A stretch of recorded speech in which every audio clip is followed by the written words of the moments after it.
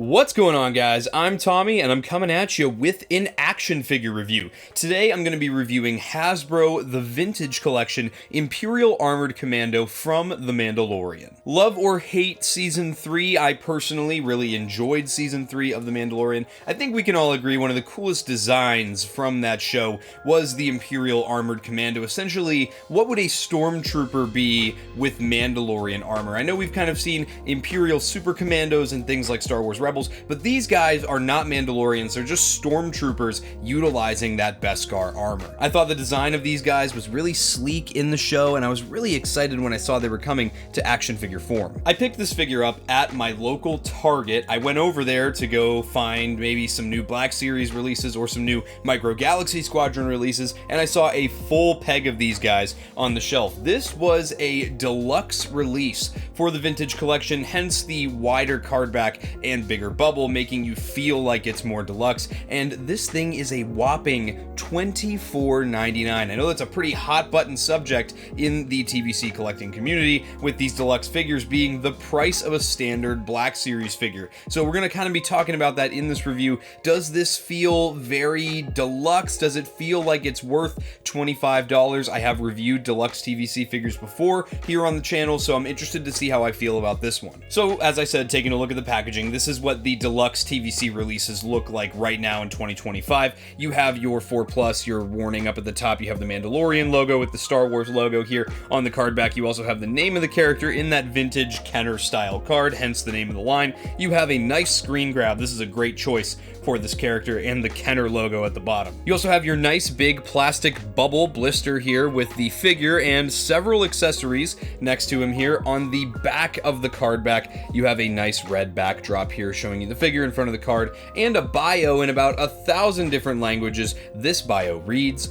"The latest generation of Imperial Super Commandos are highly trained warriors protected by Beskar alloy, cast in the form of elite trooper armor." You can also see this figure is VC number 366. You have your Vintage Collection logo here, all your legalese down at the bottom. Guys, please don't feed this action figure to your babies, okay? As far as packaging goes, that about wraps it up, so why don't we get this guy opened so we can check him out. Alrighty, here is our Imperial Armored Commando out of the box, and I will say, one of the big pushes for me to pick up this figure was how disappointed I've become with the Black Series version of this character. So I kind of maybe bought this figure in the hopes that this would give me the enjoyment I was hoping to receive from the Black Series version of this character, just because the Black Series version has some pretty lackluster articulation, especially with the legs and at the shoulders, that make it really difficult to have him shoulder the weapon or fire or do things like that. So hopefully I'm impressed with this figure enough that I can justify the $25 price point. So before we take a look at the figure, let's first take a look at his plethora of accessories. So these guys have a bunch of different weapons because there's a whole sequence in The Mandalorian Season 3 where Din Djarin kind of runs the gauntlet. Essentially, he comes up against two of these guys. Each time they have a little bit more of a serious, more difficult to face weapon. The first two having just knives. So this is pretty cool. It's just a basic knife sculpt done in some silver plastic here. Doesn't look or feel Star Wars at all, to be quite honest with you. I'm not sure what line this was taken from, but it does the job. It's a small knife, it's a small scale. I'm not going to get too upset. Now, as far as the blaster pistol goes, this is the correct sculpt, and it is just done in a black sculpt here. No paint or anything on this, and I'm fine with this again. When it comes to this scale, as a kid who grew up with this scale of action figure, I really don't have a problem with, you know, less painted detail on things like weapons, just because it's not as big of a deal. Maybe with Black Series, where it's a little bit bigger and they have the room to do that, it's fine, but this is fine. It looks like the blaster, that's all that I care about. Same goes for the larger blaster rifle. However, they do seem to have added some silver paint applications to this larger blaster rifle, so I'm very happy to see that a little bit here before you get to the barrel of the blaster, and right here at the little exiting chamber there. I'm very happy. This looks cool, and it done mostly in black makes it kind of fit in with the other Imperial blaster types. So I'm happy with this accessory for sure. Then of course we have our Electro Baton. Now this is definitely one of the most visually pleasing accessories of this release. You have the kind of silver, same kind of sculpt we saw with the knife, some black paint applications. You have the blue for the electricity up at the front here with the 3 prongs. This is a fun kind of baton weapon, and it reminds me a lot of the one you see the First Order troopers use in Episode 7, The Force Awakens. So this is a cool release, and I'm glad that they included this in there and made it accurate. And finally, our last accessory here, our 5th and final accessory, being the Riot Shield. You could probably pair this up with any of them. However, it's meant to be paired with the Electro Baton. And you can see there is little clear pieces here, one for the hand, one for you to clip the forearm in here. It's got a nice clear plastic window, which I think was a great touch. And just again, that metal sculpt makes it look kind of metallic, and you have the black paint applications there. Everything looks fine, and I'm very happy that they included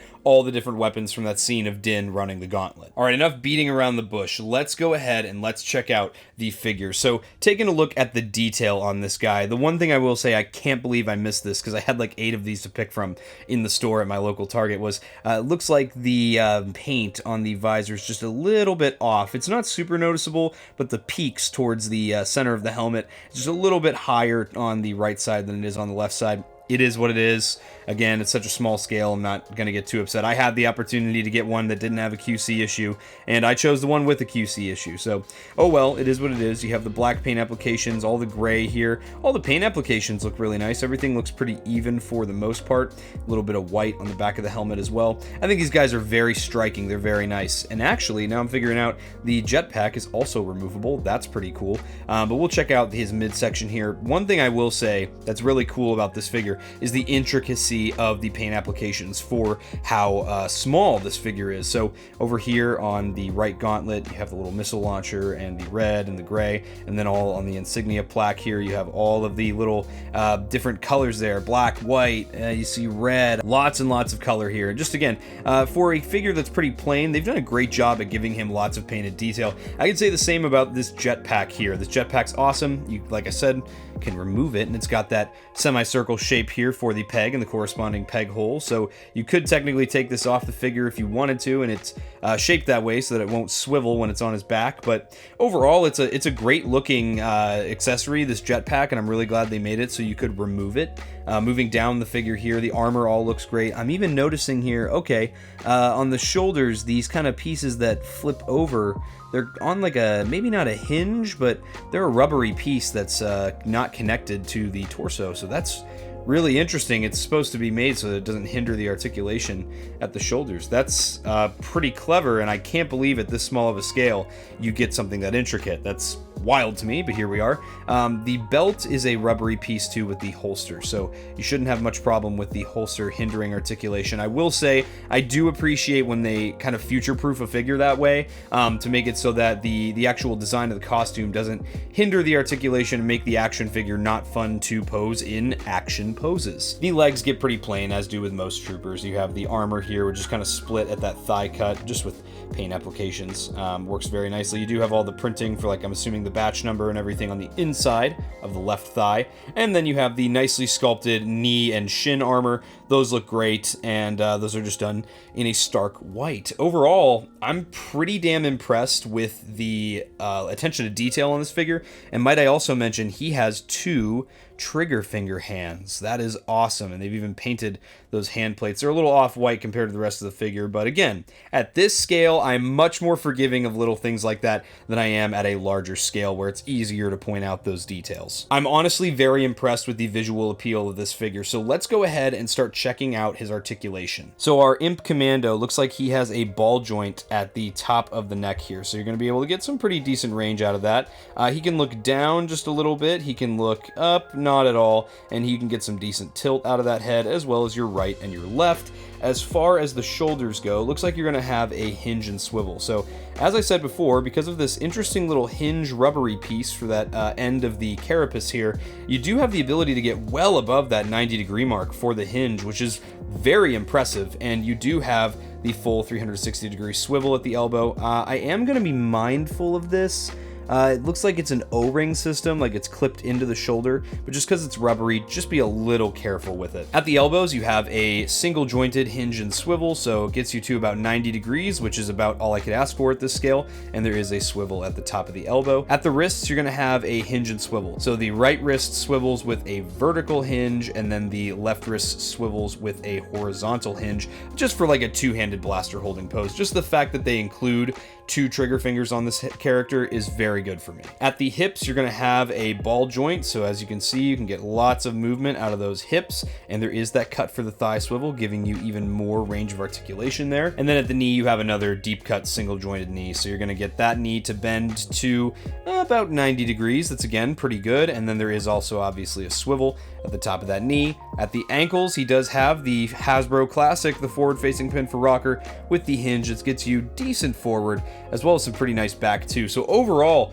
you're going to get some really nice articulation out of this figure, and he looks pretty stellar as well. So what I want to do now is start getting him posed up with all these different accessories, and we'll go one by one. Just to show it off now, I do want to show off that you can actually put the blaster pistol in the aforementioned holster, and you can squeeze that in pretty good. It is going to be a pretty tight fit, but you can kind of get it all the way down into the holster so that the bottom of the blaster is poking out there, and I'm assuming getting this back out will be pretty easy. Yeah, you're just going to kind of want to push from the muzzle of the blaster up, and you should be able to work it out. It is a pretty tight squeeze on my copy of the figure at least, but definitely will pass the shake test, and you won't have to worry about losing this accessory to the carpet monster. Alright, so let's start with the knife. Now obviously there's no weapon storage on the knife, but can he hold it? So he can hold it in a hand. It's a little bit of a loose grip. It will kind of just fall right out. Let's try that left hand here.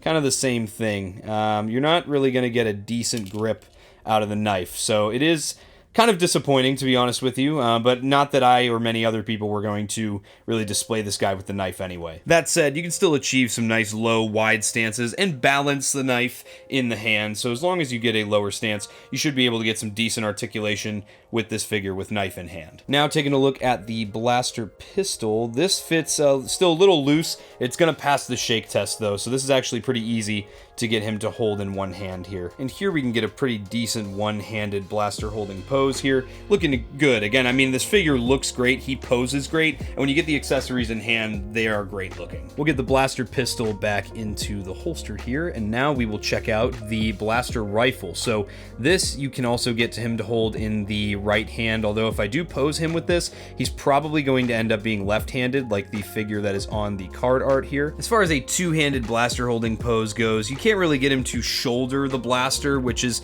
it's fine at this scale. I excuse it a little bit more than I do with Black Series, but you're still able to get a decent looking action pose with the blaster in two hands. This was pretty easy to achieve. Now, when you're putting the shield in hand, it's meant to go in the left arm here if you want the window kind of facing up. So what you'll do is you'll get the hand itself into the clear clip, and then you'll actually just hook the forearm into the little clip there, and that is a pretty good look, and it again passes that shake test. That's what we want to see. And as far as the baton goes, you can get that into the right hand here, and the grip is a little loose.